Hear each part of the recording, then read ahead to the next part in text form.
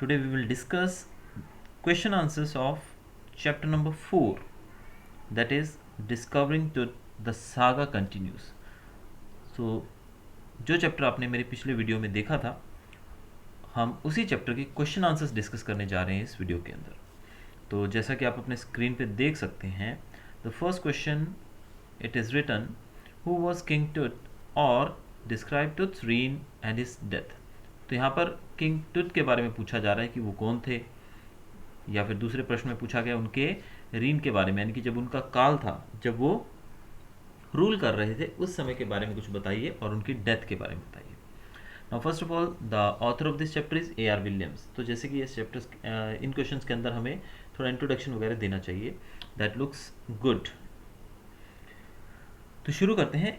A R Williams has written a report regarding Tut, one of the teenage pharaohs who was the last hire of a very powerful dynasty of Egypt। तो ये एक report के रूप में chapter लिखा गया है ए R Williams के द्वारा, और एक फ़रो की बात की गई है। फ़रो यानी कि राजा, रूलर ऑफ इजिप्ट, और वो बहुत ही पावरफुल डायनेस्टी से बिलोंग करते थे, यानी कि जिस वंश से वो बिलोंग करते थे that was one of the strongest powerful dynasty of Egypt. This dynasty ruled for a long time. इस वंश ने काफ़ी लंबे समय तक रूल किया है इजिप्ट के ऊपर। When he came to power, he changed his name from Tutankhaten to Tutankhamun। जब ये गद्दी पे बैठे तो इन्होंने अपना नाम जो था वो तूतनखाटन से चेंज करके तूतनखामुन रख लिया था। तूतनखामुन का मतलब होता है living image of Amun. Amun मतलब सूर्य देवता की बात की गई है, तो living image of Amun. Because he wanted to restore the old west. जैसा कि हमने वीडियो में देखा था कि उनके जो पिताजी थे, यानी कि उनके पूर्वज जो थे, उन्होंने किस प्रकार से चेंज किया था ये सारा सिस्टम। तो ये अपने पुराने सिस्टम्स को फिर से रिस्टोर करना चाहते थे, इस कारण से इन्होंने अपना नाम बदल लिया। As he died an unexpected death, many doubts and speculations have risen about his death. इनकी जो मौत थी वो अनएक्सपेक्टेडली हो गई, यानी कि ना ही बीमारी से जूझ रहे थे, ना ये युद्ध में मारे गए, ना किसी अन्य तरीके से। तो सडनली इनकी जो डेथ हुई, ये एक सवालिया निशान लगाती है कि इनकी मौत हुई तो हुई कैसे। He died more than 3300 years ago. इनकी मौत हुई थी लगभग 3300 साल पहले। A superstition prevailed after his death that anyone who disturbed his remains would have the misfortune of death falling on them, so the Egyptians remained away from his tomb. इनकी मौत के साथ एक सुपरस्टिशन, एक अंधविश्वास को जोड़ दिया गया, एक ऐसी बात जोड़ दी गई जिससे लोग इनकी मौत की सच्चाई के बारे में खोज करने से डरे। और वो ये थी कि अगर कोई व्यक्ति इनकी कब्र को या इनके मकबरे को छेड़ेगा, उससे छेड़छाड़ करेगा, तो इससे उसके ऊपर मिसफॉर्चून, यानी कि उसके ऊपर एक कर्स या बोले तो उसका दुर्भाग्य होगा ऐसा करना, और उसके ऊपर डेथ आ सकती है, यानी कि वो मर सकता है। तो इसी कारण से ज़्यादातर जो इजिप्शियन से वो 3300 साल तक उससे दूर रहे, यानी कि किसी ने भी इसकी खोज करने की कोशिश नहीं की। तो ये तो हमारा फर्स्ट क्वेश्चन। सेकेंड क्वेश्चन हमारा है, write note on King Tut's family and rulers of his dynasty. अब उनके परिवार के बारे में हमें जानकारी देनी है। According to the author, Tut's father और grandfather Amenhotep III was a powerful pharaoh. He ruled for almost 4 decades, and his rule is called the Golden Age of the dynasty. His son Amenhotep IV succeeded him and promoted the worship of Aten, the sun disk, and changed his name to Akhenaten. He also changed the religious capital from Thebes to Amarna. अब जैसे कि हमने पढ़ा था पिछले video में, हमने देखा था कि इनके जो फादर या फिर ग्रैंडफादर की बात की जाए वो थे Amenhotep III, और वो बहुत ही ताकतवर फरो थे, बहुत ही ताकतवर राजा थे। और इनके रूल के दौरान लगभग इन्होंने 4 दशकों तक रूल किया है इजिप्ट के ऊपर, और इनका जो रूल था उसको गोल्डन एज माना जाता है इस डायनेस्टी का। इनके जो बेटे थे Amenhotep III के, वो थे Amenhotep IV। ये जब गद्दी पे बैठे तो इन्होंने जो पुराने वे थे, वर्शिप के जो तरीके थे, उनको बदल दिया। तो इन्होंने क्या किया, इन्होंने आर्टन की वर्शिप को बढ़ावा दिया, यानी कि द सन डिस्क को की वर्शिप को इन्होंने बढ़ावा दिया, और अपना नाम भी इन्होंने Amenhotep से बदलकर आखेनाटेन रख दिया। इसके अलावा इन्होंने रिलीजियस कैपिटल जो थी थीब्स, उसको बदलकर आमरना कर दिया, नाम मतलब उसका दूसरी जगह पर उन्होंने कैपिटल को शिफ्ट कर दिया। After his death a mysterious ruler Smenkhkare took over the throne and disappeared soon. इनकी मृत्यु के बाद, जब आखेनाटन की मौत हुई, तो उसके बाद एक और रूलर आए जिनका नाम था स्मेनखरे, और ये जब थ्रोन पे बैठे, जब ये गद्दी पे बैठे, तो ये तुरंत ही डिसअपियर हो गए, यानी कि बहुत ही छोटे समय में इनका कार्यकाल खत्म हो गया, कुछ भी इसके बारे में हिस्ट्री में जानकारी नहीं दी गई है. Then the very young Tutankhaten took over the throne and soon changed his name to Tutankhamun, the living image of Amun, and restored olden ways of worship changed by Akhenaten. He reigned for about 9 years and died unexpectedly. अब जो ये mysterious ruler थे, इनके बाद गद्दी पर बैठे तूतन खातन, जिन्होंने अपना नाम बदलकर तूतन खामुन रख लिया, और इन्होंने फिर से जो प्राचीन तरीके थे वर्शिप करने के, यानी कि जो भगवान की पूजा करने के जो प्राचीन तरीके जो इससे पहले यूज़ किए जाते थे इजिप्ट के अंदर, उसी को रिस्टोर किया, और इसी कारण इन्होंने अपना नाम भी बदल लिया. इनका जो रूल था लगभग 9 साल तक रहा, और फिर इनकी अचानक अनएक्सपेक्टेड मौत हो गई. Our next question is, why was a CT scan done on Tut and what were the results of the CT scan? CT scan क्यों किया गया और उसका रिजल्ट क्या मिला, ये हमें बताना. CT scan, or we call it computed tomography, is a medical imaging technique. In the report discovering Tut, the saga continues. The writer A.R. Williams mentions that CT scan provides precise data for an accurate forensic reconstruction of the death of boy pharaoh Tut. It could answer two of the biggest questions about the reason and time of Tut's death. अब ये जो प्रश्न है, इसके उत्तर में हम क्या लिखेंगे. सीटी स्कैन, सीटी का फुल फॉर्म होता है कंप्यूटेड टोमोग्राफी, और ये एक इमेजिंग टेक्निक है, यानी कि इससे इमेजेस मिलती हैं बॉडी के अलग अलग पार्ट्स की, और सीटी स्कैन के द्वारा एक्यूरेट जानकारी मिलती है. फॉरेंसिक जांच जो की जाती है, आप जानते हैं फॉरेंसिक जो जांच की जाती है किसी भी घटना के बारे में, तो फॉरेंसिक जांच को बढ़ावा देने के लिए सीटी स्कैन जो है ऐसी पिक्चर्स प्रोवाइड करता है जिससे इन कड़ियों को जोड़कर पता लगाया जा सकता है कि ये बॉय फरो, यानी कि जो ये फरो थे, इनको बॉय इसलिए कहा गया है क्योंकि काफ़ी यंग थे, तो बॉय फरो की डेथ की मिस्ट्री को सॉल्व किया जा सके. इससे दो बड़े प्रश्नों का उत्तर मिल सकता था. वो क्या थे कि रीज़न कि इनकी डेथ क्यों हुई, क्या कारण था इनकी मौत का, और दूसरा इनकी डेथ का समय क्या था, कब इनकी डेथ हुई. The CT scan machine was donated by the national Geographic society and siemens. अब ये जो मशीन थी जिससे इनका स्कैनिंग किया जाना था, वो मशीन किसके द्वारा दी गई थी, वो डोनेट की गई थी किसके द्वारा, नेशनल जोग्राफिक सोसाइटी और सीमेंस के द्वारा. It scan from head to foot a mummy for the first time. It was Tut's mummy. The scan created 1700 digital X-ray images in cross section. अब ये जो स्कैनिंग मशीन थी, इसने टुट की मम्मी को सर से लेके पाँव तक स्कैन किया, और लगभग 1700 डिजिटल एक्सरे इमेजेस इसकी बनाई, लगभग 1700 डिजिटल एक्सरे इमेजेस इसकी बनाई अलग अलग बॉडी पार्ट्स की. टुट्स ममी वो scanned into slices of 0.62 mm size. टुट की बॉडी जो थी, टुट की मम्मी जो थी, उसको स्कैन किया गया था छोटे छोटे पार्ट्स के अंदर, लगभग 0.62 mm साइज के.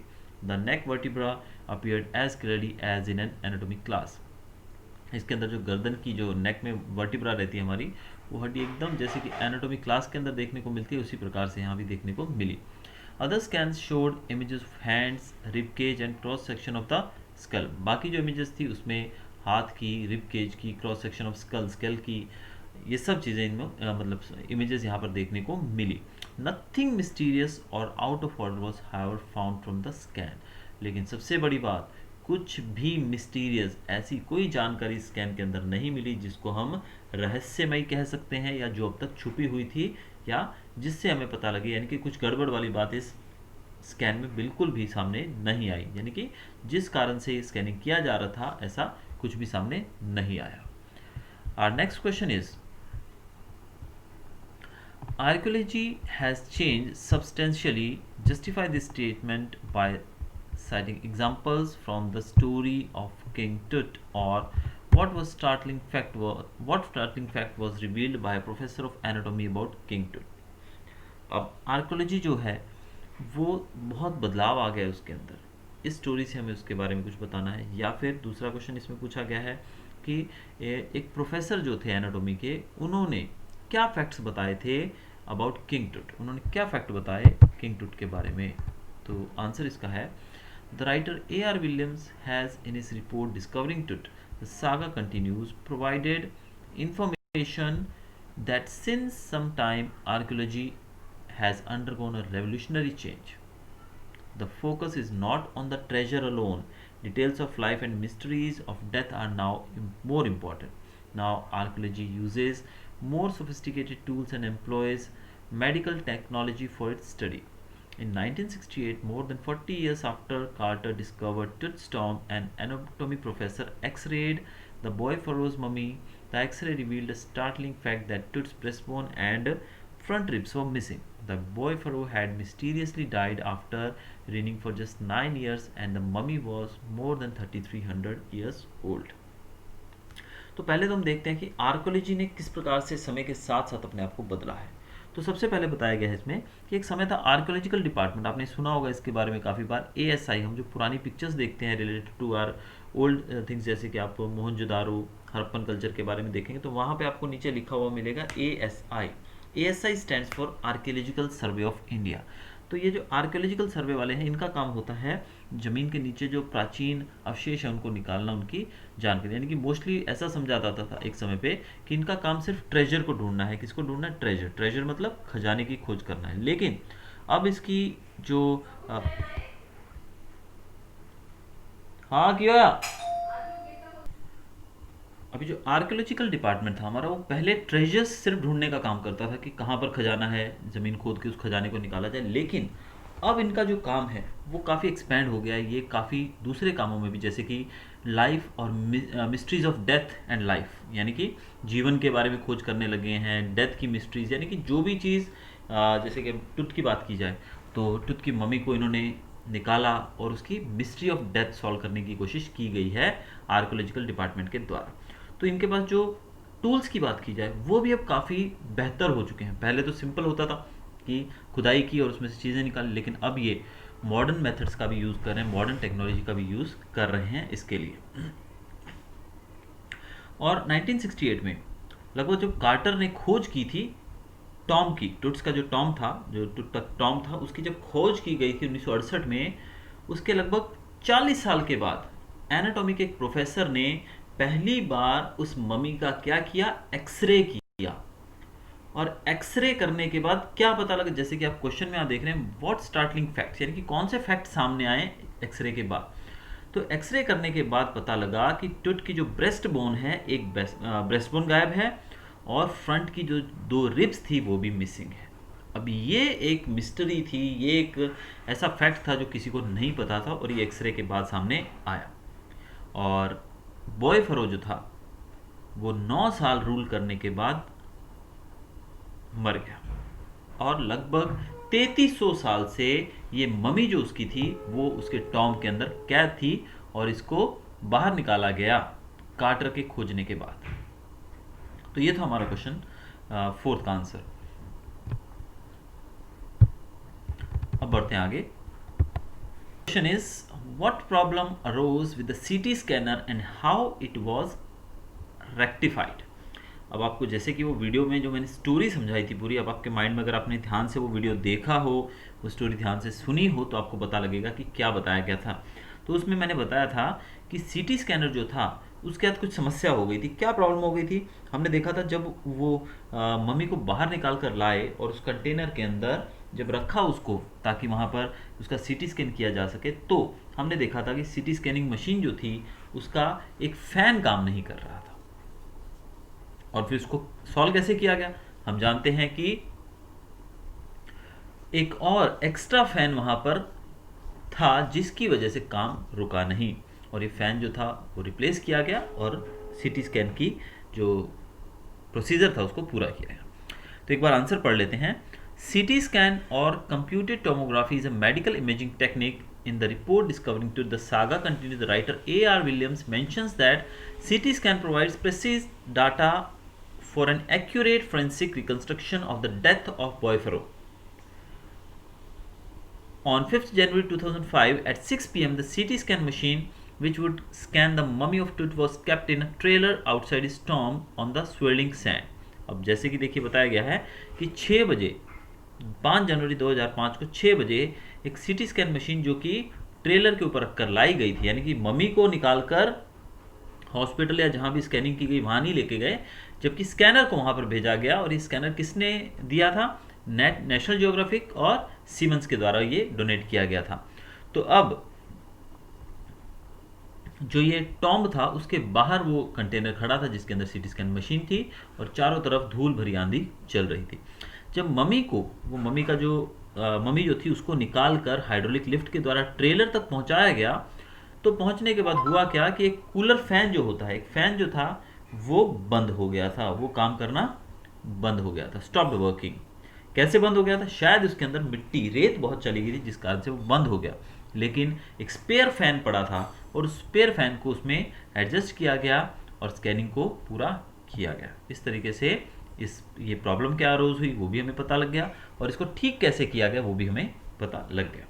तो चलिए अगले प्रश्न की तरफ चलते हैं। The next question is, why was जाही हवास वरिड, व्हाट हैपेंड फाइनली? जो जाही हवास थे वो क्यों वरिड थे और अंत में हुआ क्या?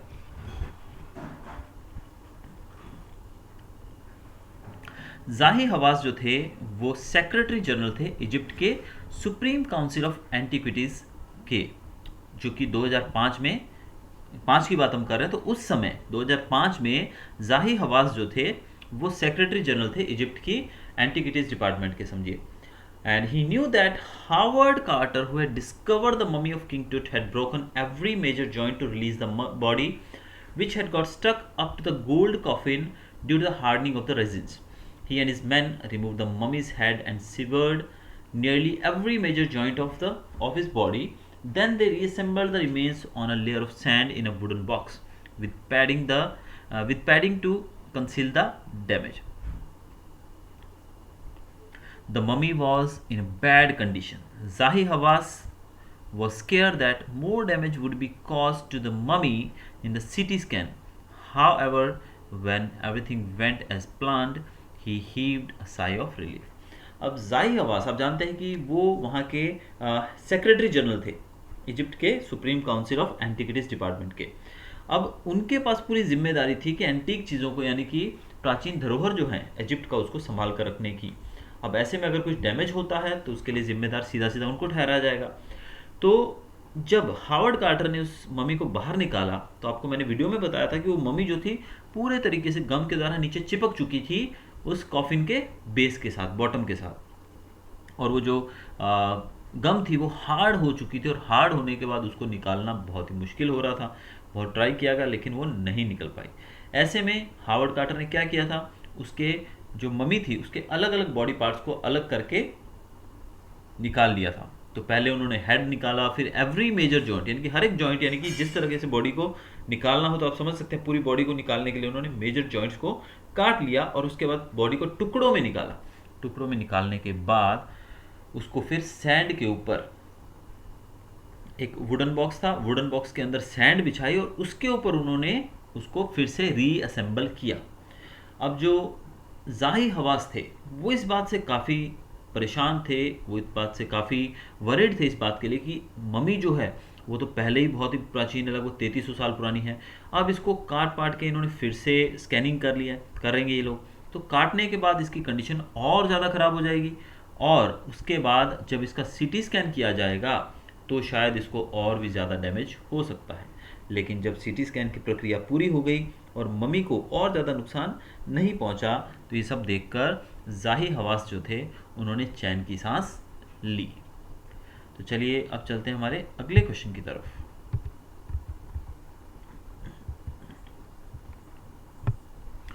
Who found King Tut's mummy, what problem did he face? अब जो टुट्स की मम्मी थी, टुट की मम्मी को किसने ढूंढी थी, ये तो हम सब जानते हैं, जैसे कि चैप्टर के अंदर हमने देखा, और उनको क्या प्रॉब्लम फेस करनी पड़ी। दूसरा प्रश्न इसी के और में दिया गया है, what did Carter do to separate Tut's mummy from its solid gold bottom? अब कार्टर ने क्या किया था मम्मी को सॉलिड गोल्ड बॉटम से निकालने के लिए, ये हमने पीछे भी डिस्कस किया है। तो इसमें क्या हुआ था, British archaeologist Howard Carter, who discovered the tomb of King Tut in 1922, the resins used in the last rites had hardened and cemented the mummy of the young king to the bottom of the solid gold coffin.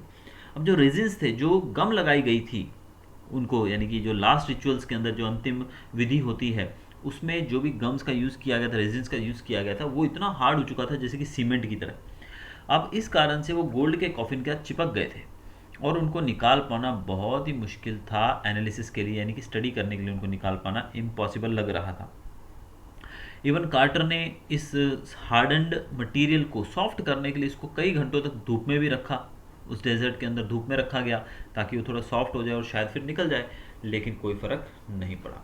फिर उन्होंने चिसल और hammer की मदद से उस material को निकाला और इस प्रोसेस के अंदर उन्होंने हर एक मेजर जॉइंट को तोड़ दिया, काट दिया और उसके बाद इसको निकाला। सबसे पहले सर को अलग करके निकाला गया और फिर धीरे धीरे बाकी पार्ट्स को भी अलग करके निकाला गया। तो ये था हमारा 7th answer. Next question is how and why did Carter defend his act. Carter ने जो उन्होंने किया उसको कैसे डिफेंड किया और क्यों डिफेंड किया। Carter found Tut's mummified body in 1922. It was kept in a three-nested coffin. He wanted it removed from its coffin. However, he found that the ritual resins which were used had hardened, so the mummy was cemented to the bottom of the solid gold coffin. No amount of force could move them. Carter subjected the mummy to the blazing desert heat of 149 degrees Fahrenheit. So he decided to chisel away the substance from beneath the limbs and trunk. Carter defended that if he didn't separate Tut's mummy from the gold adornments, then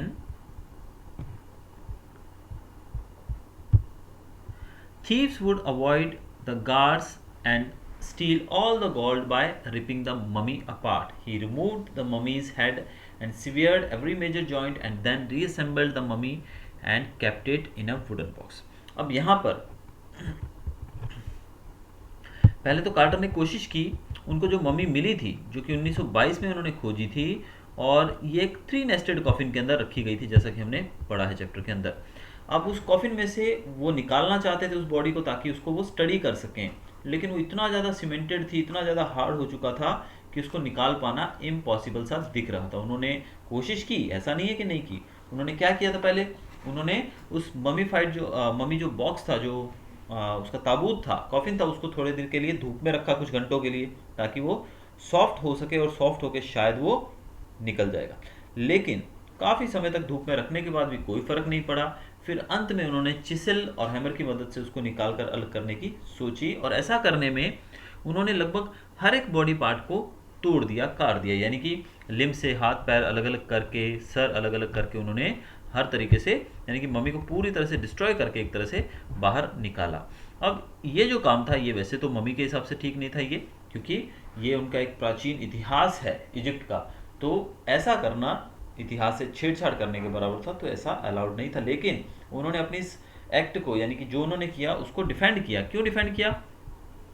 क्योंकि उनका कहना था कि अगर body को, dead body को coffin से अलग नहीं किया जाएगा, कॉफिन जो था वो गोल्ड का बना हुआ था, सोने का, और अगर उसको अलग नहीं किया जाएगा बॉडी को उस कॉफिन से, तो हो सकता है आने वाले समय में कुछ लुटेरे आए जो कि गोल्ड की तलाश में। अब लुटेरों को तो गोल्ड से मतलब है, उनको इतिहास से कुछ मतलब नहीं है, तो वो क्या करेंगे, वो मम्मी को तोड़ फोड़ के उसके चिथड़े उड़ा देंगे और इधर उधर फेंक देंगे, पूरी तरह से डिस्ट्रॉय कर देंगे गोल्ड की लालच में, और गोल्ड लेकर यहाँ से चले जाएंगे। इसलिए कार्टर जो थे उनको लगा कि ऐसा करने से हम मम्मी को भी बचा सकते हैं और अपनी खोज भी पूरी कर सकते हैं, हम इस मिस्ट्री को भी शायद सुलझा सकते हैं। तो इसलिए उन्होंने जो एक्ट था, यानी कि उन्होंने जो मम्मी को काट कर जो अलग अलग टुकड़ों में बाहर निकाला, उसको उन्होंने सही ठहराया और कहीं ना कहीं ये ठीक भी था।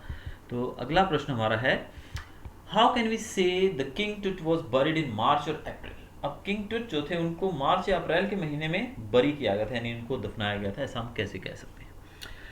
अब इसमें हमें कुछ इन्फॉर्मेशन मिली है इस चैप्टर के अंदर, जैसे कि हमने चैप्टर पढ़ा था तो उसमें बताया गया था। अब जब इन्वेस्टिगेशन शुरू हुई इस 3 नेस्टेड कॉफिन की टॉम्ब के अंदर, तो जो कार्टर थे, when he opened the first coffin he found a shroud inside decorated with garlands of willow and olive leaves, wild celery, lotus petals and cornflowers. All these plants would have been available in Egypt in March or April, so the faded evidence of the plants suggests that King Tut might have been buried in the month of March or April. अब जो 3 nested coffin था, जब उसको खोला गया तो first coffin जो upper part था उसका, फर्स्ट जो कंपार्टमेंट था, उसके अंदर क्या मिला उनको, एक श्राउड यानी कि एक कपड़ा मिला, और उस पोशाक को डेकोरेट किया गया था किस चीज़ों से, garlands of willow, olive leaves, wild celery, lotus petals और कॉर्नफ्लावर। और ये सब प्लांट्स जिनकी हमने बात की, अभी नाम लिया जिन प्लांट्स का, ये सब प्लांट्स इजिप्ट में मार्च और अप्रैल के महीने में ही अवेलेबल होते हैं, यानी कि इनकी खेती वगैरह जो है इनकी अवेलेबिलिटी इन्हीं महीनों में ज़्यादा होती है। तो इस कारण से अंदाज़ा लगाया जा सकता है कि शायद जो टुट थे उनको मार्च और अप्रैल में ही दफनाया गया था। Next question is, what things were buried with Tut, why were they replaced along with him in his tomb. अब टुट के साथ कौन कौन सी चीज़ें और भी दफनाई गई थी और इनको क्यों दफनाया गया था, कौन सी चीज़ें थी और क्यों दफनाई गई थी। In Tut's time, the royals were fabulously wealthy, and they thought and hoped that they could take their riches with them for their journey after death. So King Tut was buried with precious collars, inlaid necklaces, bracelets, rings, amulets, and ceremonial apron, sandals, sheaths for his fingers and toes, and the iconic inner coffin, and most of all made of pure gold. He was also buried with things needed in his daily life such as bronze razor, linen undergarments, board games, cases of food and wine, all believed to assist him in his afterlife. अब जो Royals थे यानी कि जो राजा होते थे उस समय के, वो बहुत ज़्यादा वेल्दी होते थे, यानी उनके पास पैसे की कुछ कमी नहीं थी और गोल्ड वगैरह बहुत होता था। इसका अंदेशा आप इसी चीज़ से लगा सकते हैं कि टुट का जो कॉफिन था वो गोल्ड से बना हुआ था। तो उस समय जो राजा थे वो बहुत ही ज़्यादा रिच होते थे, बहुत ही ज़्यादा रिच होते थे। इस कारण से उन्होंने जो चीज़ें उनके साथ बरी की वो इसलिए बरी करते थे क्योंकि वो मानते थे कि ये चीज़ें ये दूसरी लाइफ में भी लेके जा सकते हैं, यानी कि जर्नी जो शुरू होती है, जो इनकी यात्रा शुरू होती है मौत के बाद, यानी कि जब इनका इंसानी जीवन खत्म हो जाता है और दूसरे जन्म में जाते हैं यानी कि दूसरी योनि में जाते हैं, तो उस समय ये सारी जो चीज़ें हैं सारा जो धन दौलत और ये सामान है ये उनके वहाँ काम आएगा। इस कारण से जो किंग थे टुट, उनके साथ बहुत सारी चीज़ें दफनाई गई थी जिनका नाम यहाँ पर आप पढ़ रहे हैं। Ceremonial apron, sandals, sheath for his fingers and toes, ये सब चीज़ें उनके साथ दफनाई गई थी। और सब किससे बने थे? ज़्यादातर चीज़ें प्योर गोल्ड से बनी हुई थी, शुद्ध सोने से बनी हुई। इसके अलावा उनके साथ डेली यूज़ वाली चीज़ें जैसे कि bronze razor, linen undergarments, board games, cases of food and wine, ये सब चीज़ें भी दफनाई गई थी ताकि आफ्टर लाइफ यानी कि मौत के बाद वो दूसरे जीवन में भी जब जन्म ले या जो भी आगे का है उसमें उनके वो सब काम आ सके।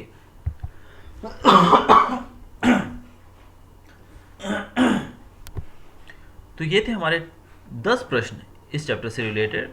होप आपको समझ आया होगा और ये चैप्टर आपके लिए शायद बहुत आसान हो गया होगा, कुछ तो मदद आपको जरूर मिली होगी इससे। अगर आपको वीडियो अच्छा लगा हो तो प्लीज़ सब्सक्राइब कीजिएगा मेरे चैनल को और साथ में बेल आइकन दबाना मत भूलिएगा ताकि जब भी कोई नया वीडियो अपलोड किया जाए तो आपको नोटिफिकेशन उसका मिल जाए। चलिए मिलते हैं नेक्स्ट वीडियो में जल्द ही। Till then goodbye, thanks for watching.